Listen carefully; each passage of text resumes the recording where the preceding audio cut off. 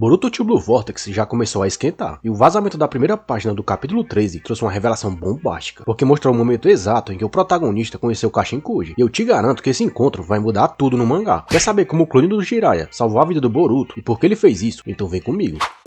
A página de pré-lançamento do capítulo 13 do mangá de Boruto começa com o protagonista sendo invocado pelo Kashin Koji para o seu novo esconderijo. Caso você não lembre, esse é o mesmo jutsu que o Jiraiya usou na sua luta contra o Pain, para mandar animais invocados do vilão para a barriga do seu grande sapo, e assim acabar com eles. Se trata do jutsu reverso de invocação, que personagens que possuem contratos com animais podem usar. Já vimos esse mesmo jutsu sendo usado também pelo Sasuke, lá no Shippuden, para escapar da explosão do Deidara, junto com o Manda, e também na vez em que o Naruto usou o mesmo truque para trazer de volta os seus clones do Monte Myoboku, para restaurar o seu chakra senjutsu também na luta contra o Pain. Inclusive, esse é um jutsu tão bom que eu falei no meu último vídeo de Boruto que essa seria a única forma de salvar o Naruto e a Hinata daquela dimensão congelada do Daikokuten. Só que o jutsu de invocação reversa do Koji parece ser um pouco diferente do jutsu clássico, já que como é revelado nesse capítulo, ele não possui nenhum contrato com os sapos do Monte Myoboku. Inclusive ele revela que todas as suas invocações são artificiais, mas já vamos falar sobre isso. De cara, só pela aparência do Boruto aqui e pela surpresa na sua cara, dá pra notar que essa cena se passa logo depois que a dupla de emos foi atacada pelo Koji. Então pra mim, aconteceu o seguinte: Boruto e Sasuke estavam exaustos devido ao último treinamento, só que a batalha deles acabou chamando a atenção do Koji, que já vinha caçando o filho do Naruto exaustivamente no último ano, e tanto procurou que ele achou, já que o protagonista tinha pulado para o topo da sua lista negra, por causa do jutsu da Eida. Depois do reencontro, uma batalha frenética começou, e até parecia que eles conseguiriam bater de frente com o Koji, só que aí o vilão passou a aumentar os seus números, invocando dezenas de garras sujas. O primeiro problema disso foi a desvantagem numérica. O segundo e mais relevante é que todos esses bichos conseguiam se teleportar instantaneamente através das marcas de garra. Logo, o Sasuke percebeu que eles não iam conseguir vencer, e por isso ele decidiu se sacrificar para que o Boruto fugisse. Bom, essa parte eu vou pular, porque a gente já viu o que acontece lá naquele flashback de antes. Depois que o Sasuke se sacrifica para diminuir os números de inimigos e distrair o Koji, o Boruto encontra uma brecha para fugir, mas não sem ter alguns garras sujas no seu encalço. E como nessa época, provavelmente, ele ainda não sabia usar o Hiraishi no Jutsu, Boruto logo foi alcançado pelo vilão, que estava doido para terminar o serviço. E aí que o Kashin Koji aparece. Bom, não Koji em pessoa, mas sim um de seus sapos artificiais. Vale lembrar que talvez nem o Koji soubesse que os seus garras sujas podiam absorver pessoas, mas como ele queria acabar com o Sasuke rápido, já que ele tinha cortado o seu olho fora, o vilão nem ligou para a forma como isso aconteceria, o que pode ter sido seu maior erro, como vimos no futuro. Mas como o Kashin Koji achou o Boruto, se até o Koji estava com dificuldades para fazer isso não é muito difícil de explicar, já que teoricamente o clone do Jiraiya tem todas as habilidades do Erosene, aquelas mesmas de infiltração e rastreamento. O fato dele ter achado o Boruto somente depois da luta do Koji me faz acreditar que o Kashin Koji já vinha rastreando o vilão há um bom tempo, e quando o Koji encontrou Boruto e Sasuke, ele também acabou levando o clone do Jiraiya direto ao encontro do filho do Naruto. Só é uma pena que ele não tenha conseguido ajudar o Sasuke. Depois da trocação, o sapo do Kashin Koji pulou do Koji para o Boruto e nunca mais deixou ele. Na página de vazamento, Koji explica que é aquele sapo que possibilitou a vinda dele para aquele lugar, através do jutsu de invocação reversa. Inclusive aquilo era uma de suas muitas ferramentas científicas. E quem nesse universo é um expert na criação dessas armas mesmo? Assim, o Amado. Então pode apostar que o cientista da cara está por trás das ações do Koji aqui, incluindo o fato dele ter ajudado o Boruto, o que pode ser revelado ainda nesse capítulo. Lembrando que o Amado falou recentemente para Sumire que já sabia que as memórias de todos tinham sido manipuladas, que ele sabia que o cara que estava na vila bancando o filho do Hokage era o Kawaki, e que era ele que carregava aquele karma artificial que ele tinha implantado. Você pode até imaginar que depois de ser enganado para lutar contra o Jigen, o Kashin Koji tenha rompido os laços com o Amado, mas o ninja é pragmático, a ponto de que se os seus interesses estiverem alinhados com o do cientista, ele vai fazer tudo que estiver ao seu alcance para completar o objetivo de ambos, independente se ele vai se sacrificar no processo ou não. Isso sem falar que o Amado deve ter colocado nele o mesmo comando de voz que colocou no Kawaki na Delta, que pode desativar ele na hora. Então de certa forma, o Kashin Koji ainda estaria nas mãos do cientista. Outro detalhe importante é que no capítulo 12, o Kashin Koji mostrou saber muito sobre o tal espírito espinhoso, que foi o resultado do Hidari depois de ser derrotado pelo Boruto. Então das duas uma, ou o sábio da Shopee também derrotou algum Shinju e pegou um desses frutos, ou ele recebeu informações do maior especialista em otsutsucologia do planeta, que é o Amado. Mas qual seria o interesse do Amado em ajudar o Boruto? Isso eu vou te responder daqui a pouco, porque primeiro precisamos falar sobre o esconderijo do Orochimaru, usado pelo clone do Jiraiya e pelo filho do Naruto nesses últimos 2 anos, que enganou todo mundo. Kashin Koji fala que aquele era um antigo esconderijo do tio das cobras, que ficava no País do Vento, o que deixa eles nem muito perto e nem muito longe de Konoha, já que se eu não me engano, o time do Kakashi levou 3 dias inteiros para chegar na Vila Oculta da Areia, que fica nessa região, apenas parando 2 vezes para descanso, lá no arco da captura do Gaara pela Akatsuki. Só que como toda essa galera de Boruto Boruto usa o teleporte como principal meio de locomoção, eu nem acho que a distância seja algo tão relevante assim. Koji fala que aquele lugar não foi nada fácil de encontrar, afinal, ele tinha sido preparado pelo tio das cobras, para nunca ser encontrado por ninguém além dele. O mais bizarro é que o Koji fala que usou um genjutsu para disfarçar a entrada do esconderijo, porque na minha cabeça não faz sentido nenhum. Se o Koji, na teoria, herdou todas as habilidades do Jiraiya, ele deveria também herdar suas fraquezas, e como sabemos, o Jiraiya era péssimo em genjutsu, sendo que o máximo que ele sabia era usar o seu chakra para sair de uma ilusão simples, tanto que o máximo que ele conseguiu foi libertar uma figurante uma vez de um genjutsu do Itachi, mas quando precisou usar esse poder em um combate real, ele precisou da ajuda dos sapos anciões, que são especialistas nessa área. Claro que essa falha pode ter sido corrigida pelo Amado, já que como cientista, é trabalho dele tornar suas criações perfeitas, mas levando em consideração que até onde sabemos, o Shikamaru não mandou um único ninja rastreador, eu diria que nem precisava desse disfarce todo, diferente do Orochimaru lá em Naruto, por exemplo, que tinha sempre um ninja novo da Anbu batendo na sua porta toda semana. E na boa, eu nunca entendi isso da vida da Folha ficar gastando seus recursos ninjas para ficar caçando um ninja renegado em outros países, sendo que era só pagar pra Akatsuki ou fazer uma parceria com outra aldeia para dar cabo dele de vez. A parte mais triste desse vazamento é que ela confirma que o Orochimaru não estava ajudando Boruto e Kashin Koji, como a gente imaginava, o que é bem triste. E o autor filho da mãe enganou a gente com mais essa, o que deixa claro que o tio das cobras não vai dar as caras no mangá tão cedo. Afinal, o Kishimoto quer ver o diabo, mas não quer mais ver essa galera da antiga geração. Kashin Koji explica que não era aquele sapo que estava falando com Boruto antes, já que o bicho era artificial, mas sim ele próprio através do sapo, controlado à distância pelo seu chakra, que faz todo sentido, já que na luta Koji contra o Jigen, um sapo parecido que estava transmitindo a luta para Konoha acabou sendo engolido pelo Sukuna Rikono do chifrudo. E como sabemos, esse poder ocular só pode diminuir objetos não orgânicos. O triste é que isso descarta totalmente a possibilidade do Koji ter conhecido e treinado o seu modo sábio no Monte Myoboku, e por tabela encerra de vez a possibilidade de um resgate deles para tirar o Naruto da dimensão congelada do Kawaki, como eu expliquei nesse vídeo aqui. Os vazamentos acabam com o Boruto perguntando quem era aquele cara que tinha levado ele até ali e por que ele tinha ajudado ele. Koji faz uma cara de preocupado e se prepara para responder todas as dúvidas do filho do Hokage, mas apesar das informações em texto terem acabado aí, só essa página única de vazamento já entrega bastante, como por exemplo, o fato do Kashin Koji se aliar ao Boruto, sem ligar para a manipulação da Ada, e o fato de ter um flashback em um capítulo posterior à derrota do Boruto, que aconteceu por parte de Ujura. Isso indica pra gente, não só que a história terá um respiro no capítulo 13, mas que o Boruto vai ficar de molho e provavelmente vai ter que dar algumas explicações ao pessoal de Konoha, mesmo que quase ninguém acredite nele. Bom, talvez ele não dê com a língua nos dentes ainda, revelando que o Kawaki tá enganando todo mundo, mas com certeza o Shikamaru vai pressionar ele para saber mais sobre os objetivos do Ujura e da sua trupe. Mas isso só deve acontecer se o próprio Ujura bater em retirada, porque se o vilão decidir atacar, ou no pior dos casos, chamar seus amigos para dizimar Konoha, a situação vai ficar ainda pior, porque tirando o Boruto, ninguém mais pode bater de frente com essa galera. Talvez a Himawari, a Ada ou o Daimon conseguiu fazer alguma coisa, mas a primeira está desacordada depois da última surra que tomou do Ujura. E a dupla de irmãos ciborgues parece não querer tirar a bunda do sofá, nem para receber o iFood na portaria do prédio. No meio disso tudo, ainda tem um Momoshiki comendo pelas beiradas, que pode surgir a qualquer momento para ajudar a tocar o terror em Konoha, porque na minha opinião, ele é o único capaz de curar esse ferimento do Boruto, que atualmente tem o seu corpo formado por células Otsutsuki. Mas e você? O que achou do vazamento? Curtiu o vídeo? Então se inscreve no canal e ativa o sininho para receber mais vídeos de Boruto e para não perder a análise completa do capítulo 13, que vai sair semana que vem. Obrigado por ter ficado no vídeo até aqui e valeu!